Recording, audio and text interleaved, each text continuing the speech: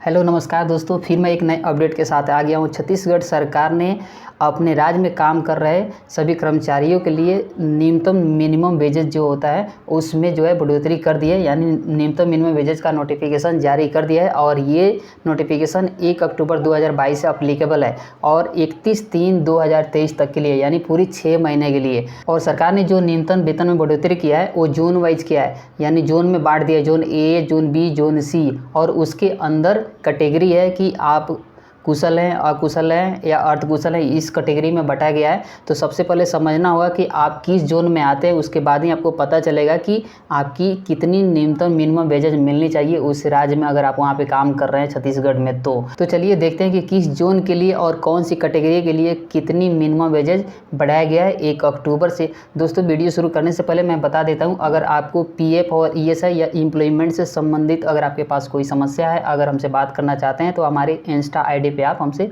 बात कर सकते हैं। तो चलिए देखते हैं कि कितनी मिनिमम वेजेज बढ़ाया गया है। तो देखिए, मैं यहाँ सबसे पहले एक टेबल बना लिया हूँ कि जोन का। सबसे पहले यही समझना है कि आप किस जोन में आते हैं। सबसे पहले जोन आप समझेंगे, उसके बाद नहीं पता चलेगा कि आपकी सैलरी कितने मिलेगी। तो ये सबसे पहले मैं बता रहा हूँ जोन ए। अब जोन ए में ये लिखा गया कि नगर पालिका निगम रायपुर, दुर्ग, भिलाई और बीरगांव सीमा के अंदर नगर पालिका निगम से 16 किलोमीटर दूरी के अंदर में जो क्षेत्र आते हैं वो जोन ए में आएंगे। उसके बाद राज्य के समस्त औद्योगिक क्षेत्र एवं औद्योगिक विकास केंद्र वो भी जोन ए में आएंगे। अटल नगर, जिला रायपुर और विकास प्राधिकरण ये भी जोन ए में आएगा। प्रदेश में स्थित ऐसे समस्त कारखाने जिनके द्वारा कारखाना अधिनियम 1948 के तहत कम से कम 300 या अधिक श्रमिकों के लिए अनुज्ञापति दी गई है। यानी आप समझ लिए ना कि अब ये नहीं कि आप कहाँ के रहने वाले, इससे मतलब नहीं है। आप जो काम कर रहे हैं उस क्षेत्र की, उस जोन में काम कर रहे हैं, उससे आइडेंटिफाई किया जाएगा कि आपकी सैलरी कितनी मिलेगी जहां आप काम कर रहे हैं, जो संस्थान में काम कर रहे हैं। तो राज्य के समस्त औद्योगिक क्षेत्र एवं औद्योगिक विकास केंद्र यानी सभी लगभग उद्योग में के लिए ये अप्लीकेबल है जोन ए। उसके बाद देख लेते हैं जोन बी और जोन सी। तो जोन बी में यहाँ जो जोन ब लिखा हुआ है वो जोन बी है। इसमें लिखा हुआ है कि नगर पालिका निगम राजानंदगांव, बिलासपुर, कोरबा, रायगढ़, अंबिकापुर और जगदलपुर, चिरमिरी एवं धमतरी नगर पालिका निगम सीमा के भीतर एवं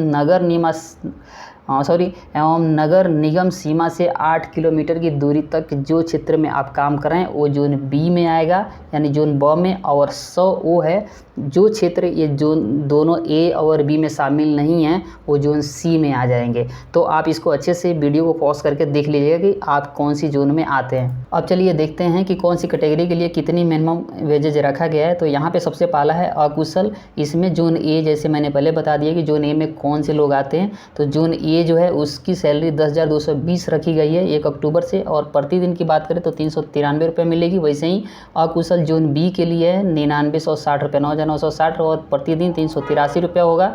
और फिर अकुशल जोन सी में जो है 9700, उनको 373 रुपये मिलेगा। अकुशल वो लोग होते हैं जो नॉन टेक्निकल होते हैं, किसी प्रकार की उनकी डिग्री नहीं होती है, मतलब काम कम जानते हैं, हेल्पर के रूप में काम करते हैं, वो अकुशल होते हैं। उसके बाद चलिए देख लेते हैं कि अर्धकुशल जोन ए। जो अर्धकुशल थोड़ी बहुत टेक्निकल हैं, थोड़ी बहुत काम जानते हैं, उनको अर्धकुशल में रखा जाता है। तो ये जोन ए में जो काम करेंगे उनके लिए सैलरी है 10,870 और प्रतिदिन 418 रुपये पड़ेगी। उसके बाद फिर जोन बी में जो अर्धकुशल काम करेंगे वो 10,610 रुपया होगी और प्रतिदिन 408 रुपया होगा। उसके बाद अर्धकुशल जो जोन सी में आएंगे वो 10,350 रुपया, उनकी सैलरी जो है प्रतिदिन 398 रुपये के हिसाब से पड़ेगी। अब उसके बाद देख लेते हैं कि कुशल जो है कुशल कैटेगरी में, यानी जोन ए में जो आएंगे उनकी 11,650 रुपये पड़ेगी और प्रतिदिन 448 रुपये पड़ेगा। उसके बाद कुशल का ही जोन बी में आते हैं, अगर आप आते हैं तो 11,360 रुपये पड़ेगा, प्रतिदिन 438 रुपये पड़ेगी। उसके बाद जोन सी में अगर आप कुशल हैं आते हैं तो आपकी सैलरी 11,130 और प्रतिदिन 428 रुपये पड़ेगी। कुशल वो लोग होते हैं जो जिनको जैसे मशीन चलाने आता है, सिलाई मशीन या कोई ऑपरेटर कोई मशीन चला सकते हैं, वो कुशल कैटेगरी में आते हैं। जो सुपरवाइजर लोग भी कुशल कैटेगरी में आते हैं। उसके बाद एक और कैटेगरी है जो अति कुशल, यानी अर्धकुशल और कुशल के आगे, यानी वो इंडिपेंडेंटली किसी मशीन को हैंडल कर सकते हैं, ऑपरेट कर सकते हैं या कोई काम करवा सकते हैं। उनको कुछ अलग से प्रशिक्षण हासिल होता है, यानी कोई काम करने के लिए उनको अति कुशल में रखा जाता है, यानी कोई काम करने में निपुण होते हैं, अकेले उस काम को अपने रिस्पॉन्सिबिलिटी के तौर पे कर सकते हैं, उनको अति कुशल कहा जाता है। इनके लिए जो जोन ए में आते हैं वो 12,430 रुपये सैलरी है, प्रतिदिन 478 रुपये मिलेगी अगर आप डेली वेजेस पे काम करते हैं तो। उसके बाद अति कुशल लोग जो बी जोन में आते हैं उनकी 12,170 रुपये सैलरी है, प्रतिदिन 468 रुपये पड़ेगी। वैसे ही अति कुशल जोन अगर आप सी में आते हैं तो आपकी सैलरी 11,910 रुपये पड़ेगी और प्रतिदिन की बात करें तो 458 रुपये पड़ेगी।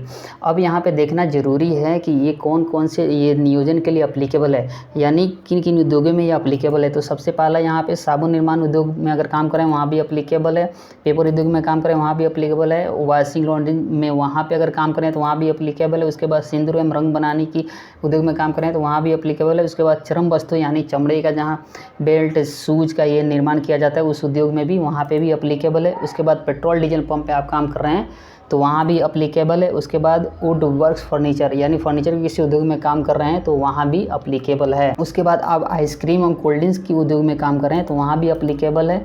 उसके बाद बिस्किट बनाने के उद्योग जो हैं वहाँ भी अप्लीकेबल है, सिलाई उद्योग के लिए भी अप्लीकेबल है। उसके बाद डेयरी एवं कोल्ड स्टोरेज, उसके बाद चावल एवं आटा दाल मिल में अगर काम कर रहे हैं तो वहाँ भी आपको ये सैलरी मिलेगी। होटल एवं हॉस्पिटल में भी आप काम कर रहे हैं तो वहाँ भी ये आपको मिनिमम जो वेतन है वो 1 अक्टूबर से आपको मिलेगा। उसके बाद सिक्योरिटी गार्ड अगर आप हैं कहीं कंपनी या किसी सोसाइटी में काम कर रहे हैं वहाँ पे तैनात हैं तो आपको भी उतनी मिनिमम सैलरी जोन और कैटेगरी के हिसाब से दे करके मिलेगा। उसके बाद पब्लिक मोटर ट्रांसपोर्ट अगर किसी जैसे बस जो ट्रांसपोर्ट है या ट्रक ट्रांसपोर्ट वहाँ काम करते हैं तो उतनी सैलरी जो मिनिमम है जोन जो दे करके और कैटेगरी दे करके आपको मिलेगा। उसके बाद अन्य दुकान में प्रतिष्ठान है जैसे रजिस्टर्ड कोई संस्थान है प्रतिष्ठान है वहाँ पे अगर काम कर रहे हैं तो वहाँ भी ये मिनिमम वेतन आपको मिलेगा ही मिलेगा। अगर आपको ये न्यूनतम वेतन नहीं मिल रहा है तो आप अपने जो है ऑनर से कह सकते हैं कि हमें न्यूनतम वेतन इस नोटिफिकेशन के हिसाब से मिलनी चाहिए। तो चलिए दोस्तों मिलते हैं आगे कोई और एक नए अपडेट के साथ, तब तक के लिए नमस्कार।